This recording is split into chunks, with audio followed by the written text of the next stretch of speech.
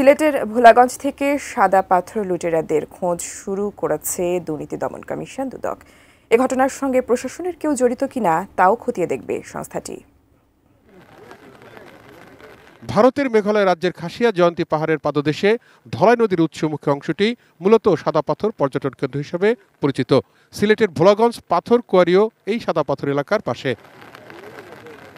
এখান থেকে প্রায় অবৈধভাবে তুলে নেওয়া হতো সাদা পাথর। বাংলাদেশ পরিবেশ আইনবিদ সমিতির একটি মামলার কারণে পাথর কোয়ারির ইজারা স্থগিত ছিল 4 বছর। বিদ্যুৎ, জ্বালানি ও খনিজ সম্পদ মন্ত্রণালয়ের জ্বালানি ও খনিজ সম্পদ বিভাগ 2020 সালের ফেব্রুয়ারি মাসে দেশের সব পাথর কোয়ারি থেকে পাথর উত্তোলন পরবর্তী নির্দেশ না দেওয়া পর্যন্ত স্থগিত করে। অ্যান্টিব্যাকটেরিয়াল অ্যাডিটিভ যুক্ত সেরা ওয়াটার ট্যাঙ্ক বিশুদ্ধ পানিতে ব্যাকটেরিয়া জন্মাতে দেয় না।